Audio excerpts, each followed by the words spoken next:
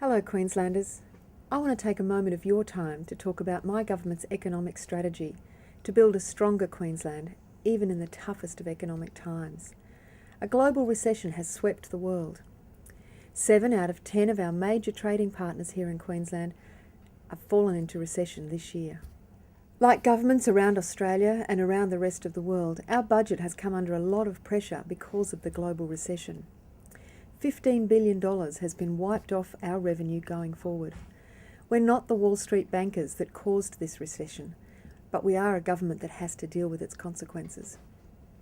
So, how did we respond to this massive challenge? We could have followed the example of some other governments around Australia and around the world by cutting back on our expenditure in services and cutting back in our building program.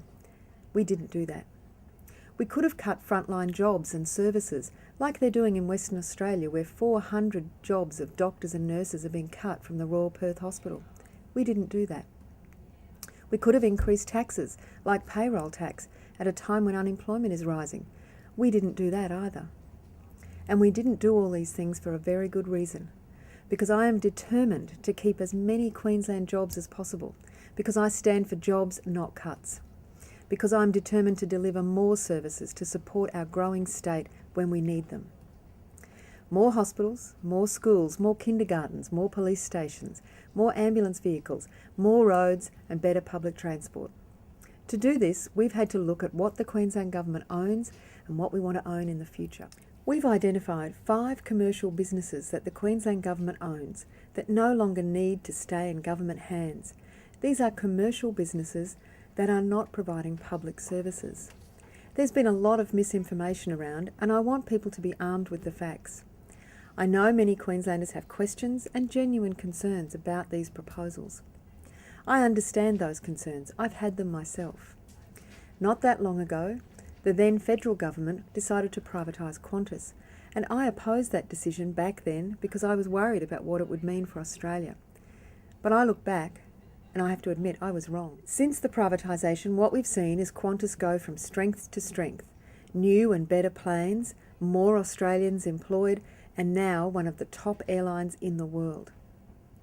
That is my vision for the commercial businesses that the Queensland Government owns and will be putting into the market, that they go bigger and they go from strength to strength.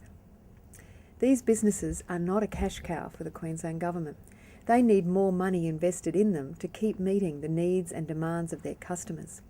And either the Queensland Government borrows some $12 billion over the next 5 years to grow these businesses to invest in things like new coal wagons and new coal rail lines, or we use those funds down the track for other infrastructure that Queenslanders want and need, like schools and roads and hospitals. Many people I've spoken to think that the whole of Queensland Rail is for sale. That's a myth. I've spoken to people who believe we're selling the passenger trains in the southeast corner or on the northern and western lines. That's a myth. The passenger trains of Queensland Rail will continue to be owned and operated by government as public transport needs to be. With our forestry plantations, Queensland Government and the Queensland people will continue to own all of that land. We will simply be leasing it to a commercial business to buy and sell timber on a commercial basis. That means that we can get on with the business of building more infrastructure for Queenslanders to own, more police stations, more roads, more hospitals, the things we need now. Another myth is that we are selling the family farm. In fact, we are selling only a very small proportion of the $200 billion worth of assets that you as Queenslanders own. And with our massive building program, within 5 years, we will own $250 billion worth of assets, even with these sales. I understand that workers in these businesses have a genuine fear about what will happen to them. But let's be clear, we are doing this to continue our building program to protect the 127,000 jobs in projects like hospitals and schools that only governments can build. The private sector buys businesses to grow them, not to shrink them. The workers who are at the forefront of some of these commercial businesses will be protected as private investment grows their business. We are also working with unions to protect the conditions and entitlements because we care what happens to our workers. These are not easy choices, and we gave them a lot of very careful consideration. In fact, they're some of the hardest decisions I've ever had to make. But I believe they are the right choices for Queensland. Queensland is growing. We have more people calling Queensland home every day. Now is not the time to cut back on the services people need. Now is not the time to cut jobs or increase taxes. And now is not the time to stop building those things that Queenslanders need. I am determined to deliver jobs, not cut them.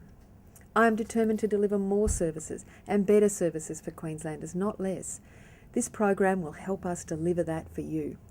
Can I encourage you to have a look in your letterbox or go to the Queensland Government website at www.qld.gov.au to find out more about this program so you can be armed with the facts. At its heart, it's about building a stronger Queensland for you and for your family.